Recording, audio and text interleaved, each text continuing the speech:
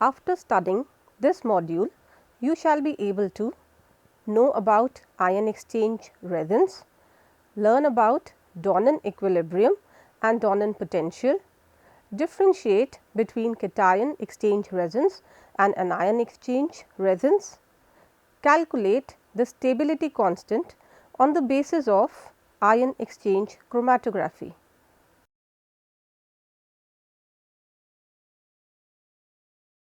Ion exchange chromatography. In the ion exchange chromatographic method, the retention of a solute on the resin is based on the attraction between solute ions and the charged sites bound to the stationary phase on the resin. What are ion exchange resins? The ion exchange resins are composed of amorphous organic materials. One common ion exchange resin is made by the copolymerization of styrene and divinyl benzene to yield polystyrene, as shown in the figure. The extent of cross-linking of the insoluble polymer is varied by varying the divinyl benzene content in the polymer. Modifications of the benzene rings result in the formation of a cation exchange resin containing sulfonate groups or an anion exchange resin containing ammonium groups, as shown in the figure. If methyl acrylic acid is used in place of styrene, a polymer with carboxylic groups results. The sulfonate groups containing resins result in strongly acidic resins, where the sulfonate groups remain ionized even in strongly acidic solutions. Carboxylic group containing resins are weakly acidic resins, which function below a pH of 4. Quaternary ammonium groups remain cationic at all values of pH and are strongly basic.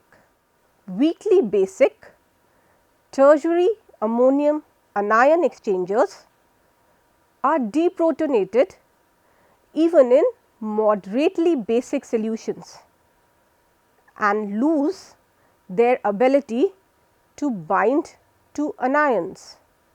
If the immobilized surface was coated with immobilized anions, then the chromatography would be termed cation exchange chromatography, and the cations would selectively bind and be removed from the solution flowing through.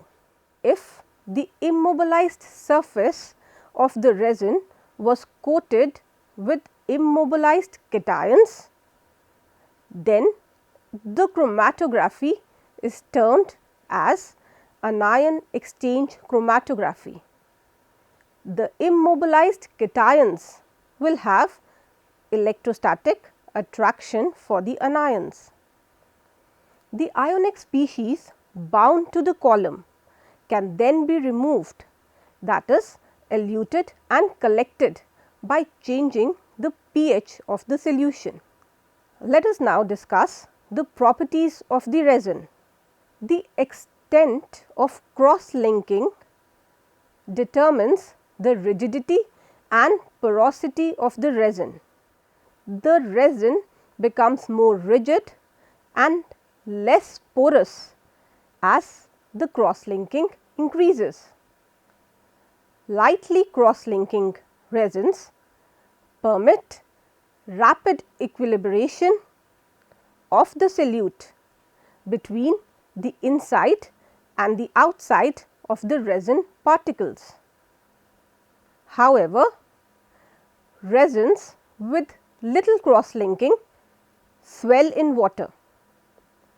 Hydration decreases both the density of the ion exchange sites as well as the selectivity of the resin for different ions. More heavily cross-linked resins exhibit less swelling and higher exchange capacity and selectivity, but they have a longer equilibration time.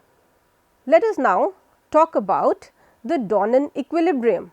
When an ion exchange resin is placed in an electrolyte solution, the equilibrium established between the ions in the solution and the ions inside the resin is called the Donnan equilibrium.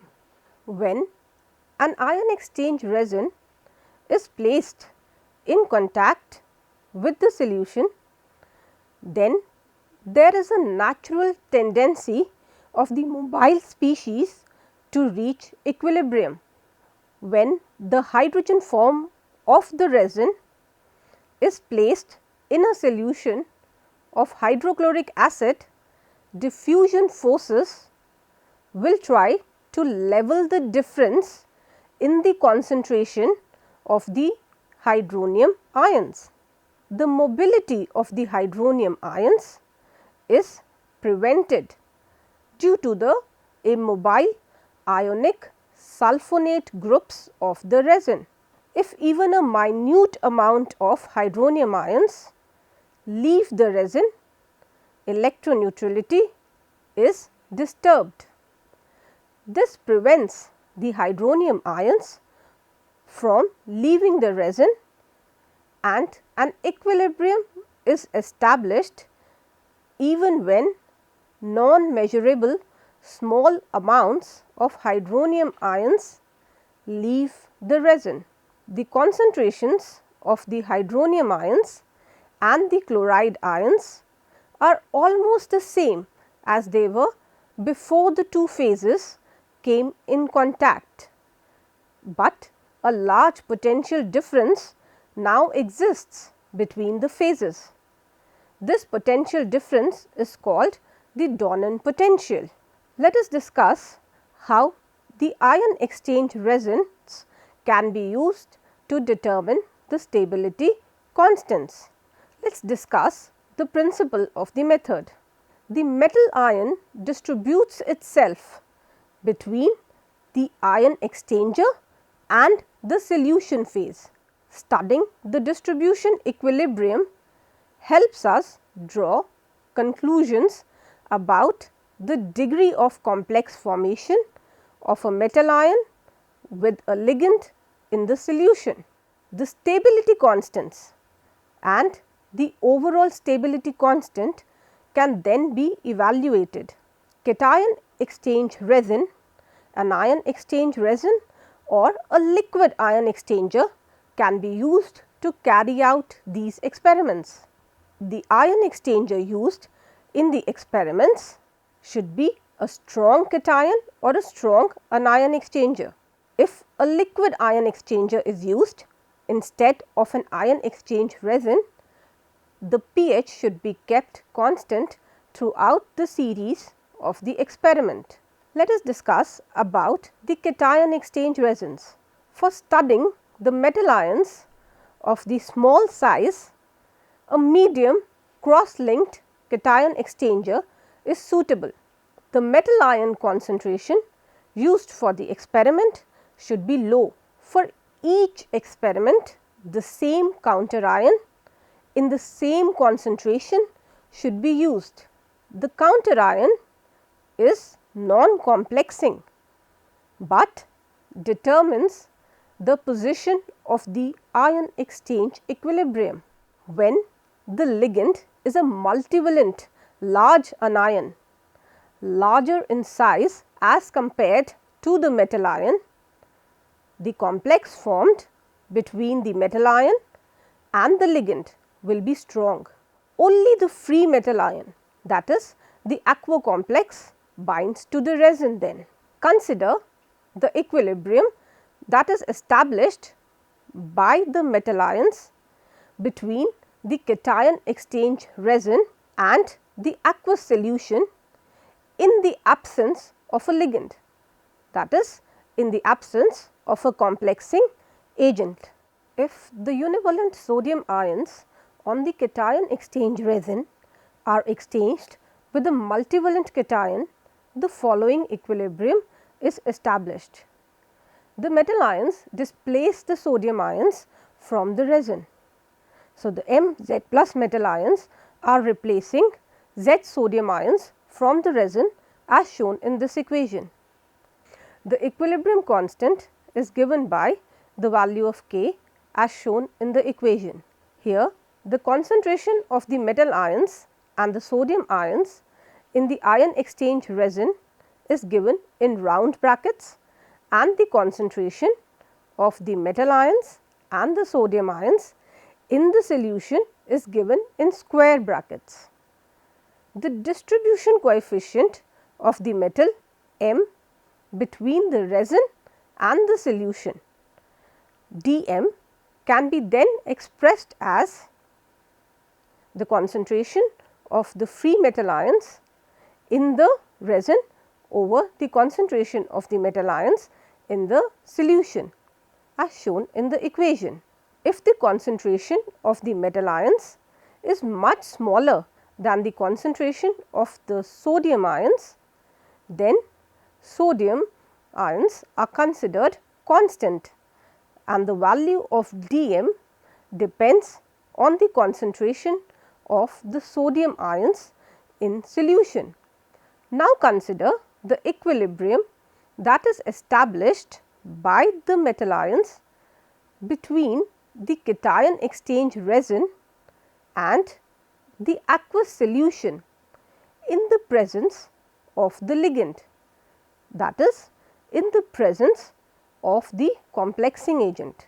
In the presence of multivalent complexing agent ligand L, the distribution coefficient is given by dm, which is equal to the concentration of the metal in the resin as represented in the round brackets divided by the total concentration of the metal. The total concentration of the metal will be equal to the free metal ion concentration plus the metal complexed with the ligand L forming a 1:1 complex, the metal forming a 1:2 complex with the ligand, and so on as depicted in the equation. Assuming that the concentration of the sodium ions in the solution is the same in the presence and in the absence of the ligand, that is, in the presence and in the absence of the complexing agent, and dividing equation 3 by equation 4, the fraction is obtained. This fraction is labeled as Am. By measuring the distribution coefficients of the metal ion in question in the absence and in the presence of the complexing agent in solution of the same ionic strength, we can determine the value of Am L at different ligand concentrations. Rearranging the above equation, we get this equation.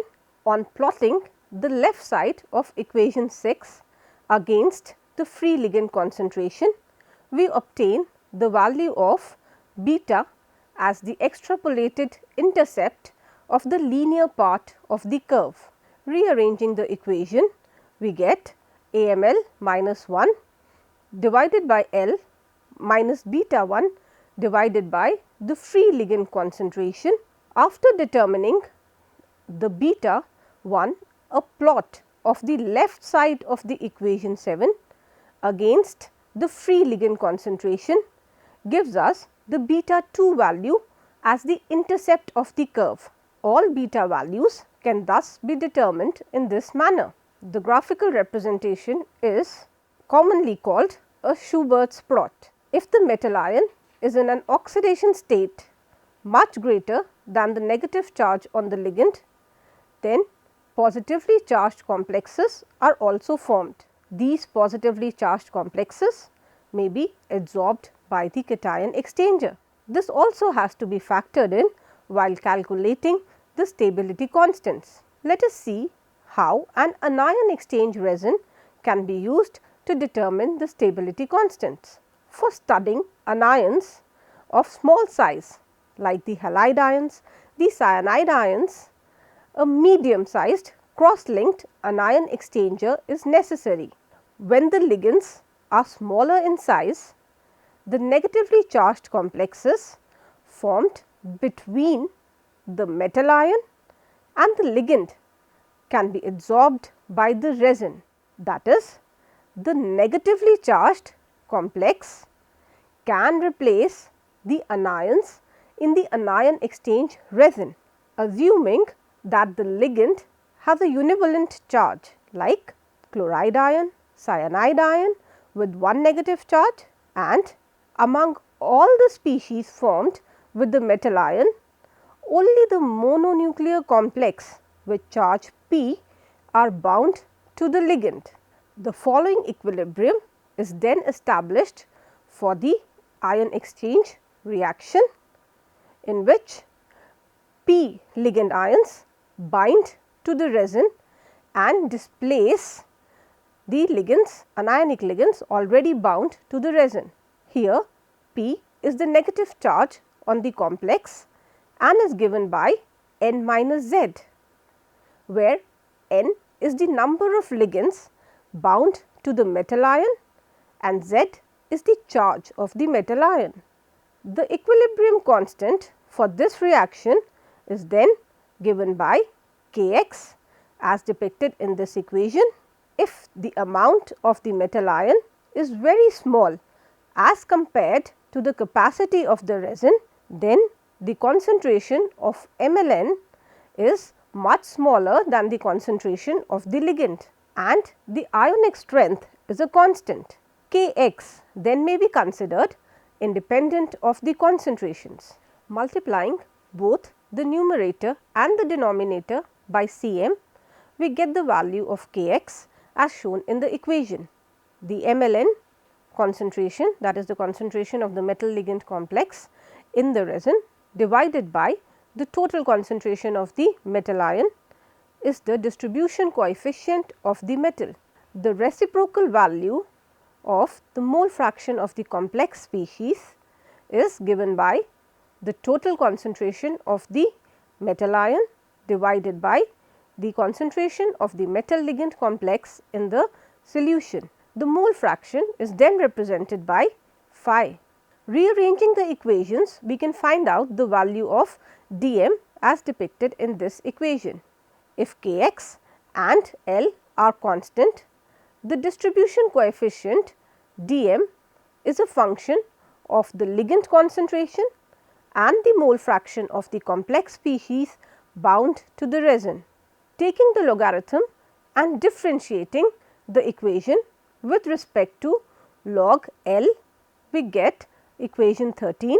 The term d log dm divided by d log L refers to the average charge number. The average charge number is related to the ligand number by this particular equation as depicted in equation 14.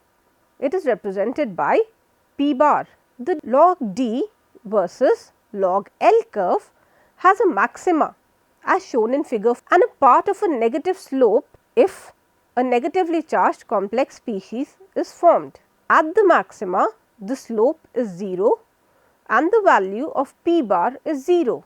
The uncharged species predominates. For a univalent ligand, the ligand number is equal to the oxidation state of the metal. Let us now discuss the limitations and precautions one needs to take while determining the stability constants of a complex by using the ion exchange method. For calculating the stability constants of complexes with low stability, experiments should be performed at high ligand concentrations. Perchlorate ions are generally used to maintain the ionic strength of the medium, as they are poor complexing agents. In solutions with low ligand concentrations, the perchlorate ions can be strongly bound by the resin. Above a certain ligand concentration, that is the free ligand concentration L, or L cannot be considered a constant and the equation needs modification. To determine the distribution coefficients, it is advisable to use the static batch method. In this technique, the ion exchange resin and the solution are mixed in a batch vessel. The exchange is allowed to come to equilibrium and then the resin is filtered off from the solution. The extent to which the ions are exchanged on the resin depends on the selectivity coefficient of the resin. The time required to attain the equilibrium is determined by the rate of diffusion, and the two phases should be stirred for an approximate length of time, that is several hours, so that they reach equilibrium. The concentration of the distributed component can then be determined spectrophotometrically. Let us discuss the summary. In the ion exchange chromatographic method, the retention of a solute on the resin is based on the attraction between the solute ions and the charged sites bound to the stationary phase on the resin. If the immobile surface of the resin has immobilized anions, then the chromatography will be termed as cation exchange chromatography. If the immobilized surface is coated with immobilized cations, then the ion exchange chromatography is termed as anion exchange chromatography. The immobilized cations will have electrostatic attraction for the anions. A cation exchange technique for measuring the stability constant has been developed by Schubert. This technique requires that the complexes formed have a 0 or a net negative charge. If a system consisting of a metal cation, the chelating agent and a cation exchange resin, then the amount of cation absorbed by a definite amount of the resin is proportional to the concentration of free cations over a wide range of concentrations. The distribution coefficient of the metal is determined in the absence as well as in the presence of the chelating agent in solutions of matching ionic strength. The stability constant can then be determined from the equations discussed. Fornes has developed a method of treating data from ion exchange experiments which permits the calculation of successive formation constants, including those of cationic species.